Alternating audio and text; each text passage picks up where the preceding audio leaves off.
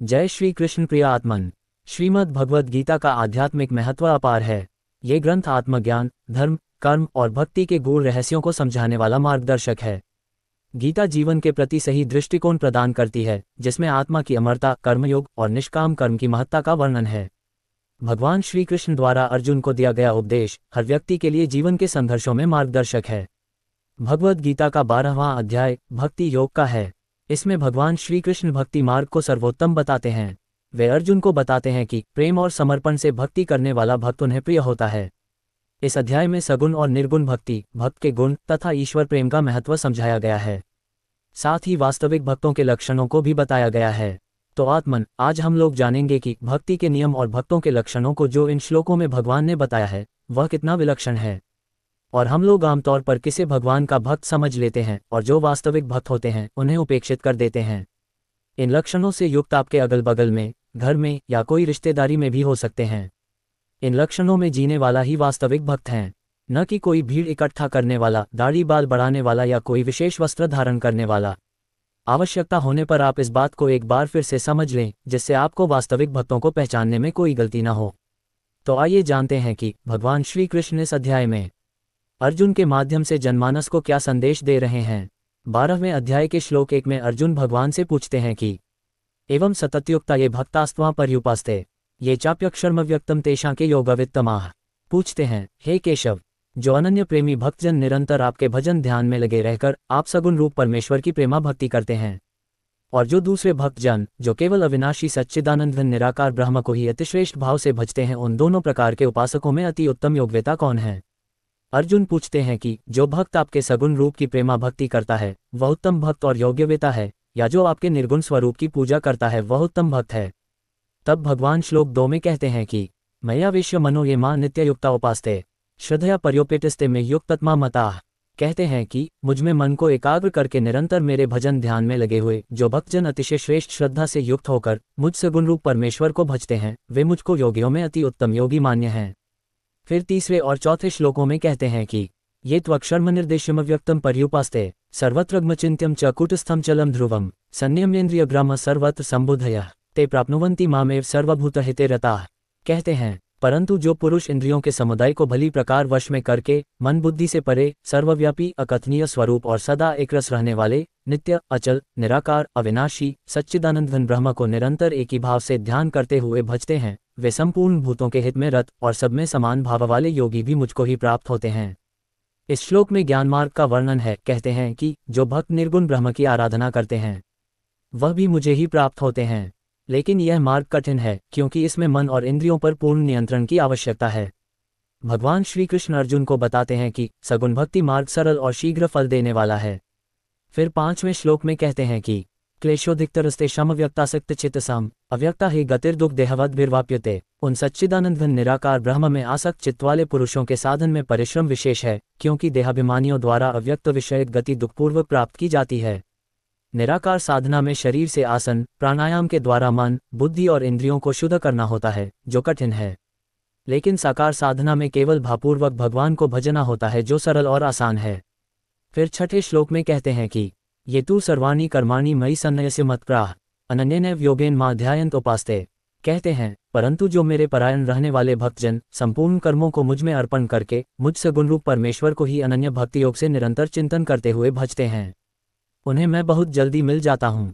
फिर 7वें श्लोक में कहते हैं कि तेषामः समुद्धरता मृत्यु संसार सागरात भवामी न चिरात पार्थ मयावेशित चित्तसाम। हे अर्जुन, उन दोनों तरह से मुझ में चित्त लगाने वाले प्रेमी भक्तों का मैं शीघ्र ही मृत्यु रूप संसार समुद्र से उद्धार करने वाला होता हूँ। फिर 8वें श्लोक में कहते हैं कि मय्येव मन आधत्स्व मयि बुद्धि निवेशय निवसिष्यसि मय्येव अत ऊर्ध्वम न संशयः। कहते हैं, मुझ में मन को लगा और मुझ में ही बुद्धि को लगा, इसके उपरांत तू मुझ में ही निवास करेगा, इसमें कुछ भी संशय नहीं है। इसका अर्थ यह है कि यदि मनुष्य अपना चित्त और विचार भगवान में स्थिर कर लेता है तो वह आध्यात्मिक रूप से उन्नत हो जाता है और भवसागर यानी कि माया के चक्कर से मुक्त हो जाता है। जब हम अपनी बुद्धि और मन को परमात्मा में लगाते हैं तो हमारे जीवन के सारे भ्रम, मोह और दुख समाप्त हो जाते हैं और हमें मोक्ष की प्राप्ति होती है। फिर 9वें श्लोक में कहते हैं कि अच्चित्तम समाधातुं न शक्रोषि मयि स्थिरम अभ्यासयोगेन ततो मामिच्छाप्तुं धनंजय। कहते हैं, यदि तू मन को मुझ में अचल स्थापन करने के लिए समर्थ नहीं है तो हे अर्जुन, अभ्यास रूप योग द्वारा मुझको प्राप्त होने के लिए इच्छा कर। भगवान के नाम और गुणों का श्रवण, कीर्तन, मनन तथा श्वास द्वारा जप और भगवान के प्राप्ति के विषय वाले शास्त्रों का पठन पाठन इत्यादि चेष्टाएं भगवत प्राप्ति के लिए बारंबार करने का नाम अभ्यास है। फिर 10वें श्लोक में कहते हैं कि अभ्यासप्यसमर्थोसी मत्कर्म परमो भव मदर्थमपि कर्माणि कुर्वन् सिद्धिं वाप्स्यसि। कहते हैं यदि तुम इस अभ्यास को करने में भी असमर्थ है तो केवल मेरे लिए कर्म करने के ही परायण हो जा। इस प्रकार मेरे निमित्त कर्मों को करता हुआ भी मेरी प्राप्ति रूप सिद्धि को ही प्राप्त होगा। भगवान कहते हैं कि अगर जाप, स्मरण, भजन, भक्ति, अध्ययन और चिंतन करने में तुम्हारी रुचि नहीं है तो स्वार्थ को त्याग कर तथा परमेश्वर को ही परम आश्रय और परम गति समझकर निष्काम प्रेम भाव से सती शिरोमणि पतिव्रता स्त्री की भांति मन, वाणी और शरीर द्वारा परमेश्वर के ही लिए यज्ञ, दान और तपादि संपूर्ण कर्तव्य कर्मों को कर। सरल शब्दों में कहा जाए तो अगर आप योग साधना या ध्यान में पूर्ण रूप से प्रवृत्त नहीं हो सकते तो अपने सभी कर्म केवल भगवान की सेवा और उनकी प्रसन्नता के लिए करें। इस तरह भी आप आध्यात्मिक सिद्धि को प्राप्त कर सकते हो। फिर 11वें श्लोक में कहते हैं कि अथेतद्भ्यशक्तोसी कर्तुन्मद्योगमाश्रितः सर्वकर्मफलत्याग ततः कुरु यतात्मान। कहते हैं यदि मेरी प्राप्ति रूप योग के आश्रित होकर उपर्युक्त साधन को करने में भी तू असमर्थ है तो मन, बुद्धि आदि पर विजय प्राप्त करने वाला होकर सब कर्मों के फल का त्याग कर दो। भगवान श्री कृष्ण यहाँ अर्जुन को ये बता रहे हैं कि यदि कोई न तो ध्यान साधना कर सकता है और न ही सभी कर्म भगवान के लिए कर सकता है तो कम से कम अपने कर्मों के फल का त्याग कर दे। केवल निस्वार्थ भाव से अपने कर्तव्य कर्म करते जाए तो भी मैं उसको मिल जाता हूँ। फिर 12वें श्लोक में कहते हैं कि श्रेयो हि ज्ञानमभ्यासाच् ज्ञानाध्यान विशिष्यते ध्यानात् कर्मफलत्यागस्त्यागाच्छान्तिरनन्तरम्। कहते हैं कि मर्म को न जानकर किए हुए अभ्यास से ज्ञान श्रेष्ठ है, ज्ञान से मुझ परमेश्वर के स्वरूप का ध्यान श्रेष्ठ है और ध्यान से सब कर्मों के फल का त्याग श्रेष्ठ है, क्योंकि त्याग से तत्काल ही परम शांति होती है। केवल भगवदर्थ कर्म करने वाले पुरुष का भगवान में प्रेम और श्रद्धा तथा भगवान का चिंतन भी बना रहता है, इसलिए ध्यान से कर्मफल का त्याग श्रेष्ठ कहा है। जब आप अपने सभी कर्मों के फलों को भगवान को समर्पित करते हैं, भगवान को अपना मालिक बना लेते हैं, तो इसमें भगवान का चिंतन बना रहता है, दूसरे कई चिंताओं से भी मुक्ति मिल जाती है। कर्मों के फल की इच्छा न रखने वाला व्यक्ति कभी घाटे में नहीं रहता है, क्योंकि वह ईश्वर के अधीन रहकर ईश्वर इच्छा से कर्म करता है, इसीलिए भगवान उसका योग और क्षेम का ख्याल रखते हैं। फिर 13वें और 14वें श्लोकों में भगवान के दर्शन किए हुए लोगों के लक्षण को बताते हुए कहते हैं कि अद्वेष्टा सर्वभूतानां मैत्रः करुणैश्च निर्ममो निरहंकारः समदुःख सुखः क्षमी संतुष्टः सततम योगी यतात्मा दृढ़निश्चयः मय्यर्पित मनोबुद्धिर्यो मद्भक्तः स मे प्रियः। कहते हैं जो पुरुष सब भूतों में द्वेष भाव से रहित, स्वार्थ रहित, सबका प्रेमी और कामना रहित दयालु है तथा ममता से रहित, अहंकार से रहित, सुख दुखों की प्राप्ति में सम और क्षमावान है, अर्थात अपराध करने वाले को भी अभय देने वाला है, तथा जो योगी निरंतर संतुष्ट है, मन इंद्रियों सहित शरीर को वश में किए हुए है और मुझ में दृढ़ निश्चय वाला है, वह मुझ में अर्पण किए हुए मन बुद्धि वाला मेरा भक्त मुझको प्रिय है।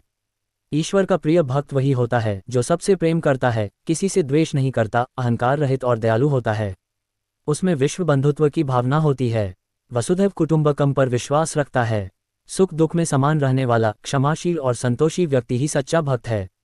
जो मन बुद्धि को भगवान में समर्पित कर देता है वही सच्चा योगी और ईश्वर का प्रिय भक्त है। इन गुणों को अपनाने से हम भगवान के प्रिय भक्त बन सकते हैं और आध्यात्मिक उन्नति प्राप्त कर सकते हैं। फिर 15वें श्लोक में कहते हैं कि यस्मान्नुद्विजते लोको लोकान्नुद्विजते च यः हर्षामर्षभयोद्वेगैर्मुक्तो यः स च मे प्रियः। कहते हैं जिससे कोई भी जीव उद्वेग को प्राप्त नहीं होता और जो स्वयं भी किसी जीव से उद्वेग को प्राप्त नहीं होता, तथा जो हर्ष अमर्ष यानी दूसरे की उन्नति को देखकर संतप्त नहीं होता, भय और उद्वेग आदि से रहित है, वह भक्त मुझको प्रिय है। और फिर 16वें श्लोक में कहते हैं कि अनपेक्षा शुचिर्दक्ष उदासीनो गतव्यथः सर्वारंभ परित्यागी यो मद्भक्तः स मे प्रियः। कहते हैं कि जो पुरुष आकांक्षा से रहित, बाहर भीतर से शुद्ध, चतुर, पक्षपात से रहित और दुखों से छूटा हुआ है, वह सब आरंभों का त्यागी मेरा भक्त मुझको प्रिय है। फिर 17वें श्लोक में कहते हैं कि यो न हृष्यति न द्वेष्टि न शोचति न कांक्षति शुभाशुभ परित्यागी भक्तिमान्यः स मे प्रियः। कहते हैं जो न कभी हर्षित होता है, न द्वेष करता है, न शोक करता है, न कामना करता है, तथा जो शुभ और अशुभ संपूर्ण कर्मों का त्यागी है, वह भक्तियुक्त पुरुष मुझको प्रिय है। फिर 18वें श्लोक में कहते हैं कि समः शत्रौ च मित्रे च तथा मानापमानयोः शीतोष्ण सुख दुखेषु समः संग विवर्जितः। कहते हैं जो शत्रु और मित्र में, मान और अपमान में सम है, तथा सर्दी गर्मी और सुख दुखादि द्वंद्वों में सम है और आसक्ति से रहित है, वह भक्त मुझे प्रिय है। फिर 19वें श्लोक में कहते हैं कि तुल्यनिंदास्तुतिर्मौनी संतुष्टो यन् कैंचित् अनिकेतः स्थिरमतिर्भक्तिमान में प्रियो नरः। कहते हैं, जो निंदा स्तुति को समान समझने वाला, मननशील और जिस किसी प्रकार से भी शरीर का निर्वाह होने में सदा ही संतुष्ट है और रहने के स्थान में ममता और आसक्ति से रहित है, वह स्थिर बुद्धि भक्तिमान पुरुष मुझको प्रिय है। इन सब गुणों का सार यह है कि वह भक्त पूर्ण रूप से भगवान पर आश्रित होता है। वह तो केवल भगवान के स्मरण, भजन और कीर्तन में लीन रहते हुए, अपने कर्तव्य कर्मों को करते हुए ईश्वर द्वारा किए गए प्रबंधों में संतुष्ट रहता है। फिर 20वें श्लोक में कहते हैं कि ये तू धर्म्यामृतमिदं यथोक्तम पर्युपास्ते श्रद्धाना मत परमा भक्तास्तेतीव में प्रियाः। कहते हैं, और जो श्रद्धायुक्त पुरुष मेरे परायण होकर इस ऊपर कहे हुए धर्म में अमृत को निष्काम प्रेम भाव से सेवन करते हैं, वे भक्त मुझको अतिशय प्रिय हैं। वेद, शास्त्र, महात्मा और गुरुजनों के तथा परमेश्वर के वचनों में दृढ़ विश्वास का नाम श्रद्धा है। तो इस तरह जो पुरुष मेरे परायण होकर इस ऊपर कहे हुए धर्म में अमृत को निष्काम प्रेम भाव से सेवन करते हैं, वे भक्त मुझको अतिशय प्रिय हैं। तो आत्मन, इस तरह भक्ति के नियम और भक्तों के लक्षणों को जो इन श्लोकों में भगवान ने बताया है, वह कितना विलक्षण है। और हम लोग आमतौर पर किसे भगवान का भक्त समझ लेते हैं और जो वास्तविक भक्त होते हैं उन्हें उपेक्षित कर देते हैं। इन लक्षणों से युक्त आपके अगल बगल में, घर में या कोई रिश्तेदारी में भी हो सकते हैं। इन लक्षणों में जीने वाला ही वास्तविक भक्त हैं, न कि कोई भीड़ इकट्ठा करने वाला, दाढ़ी बाल बढ़ाने वाला या कोई विशेष वस्त्र धारण करने वाला। आवश्यकता होने पर आप इस बात को एक बार फिर से समझ लें, जिससे आपको वास्तविक भक्तों को पहचानने में कोई गलती न हो। प्रिय आत्मन, आज के वीडियो में इतना ही।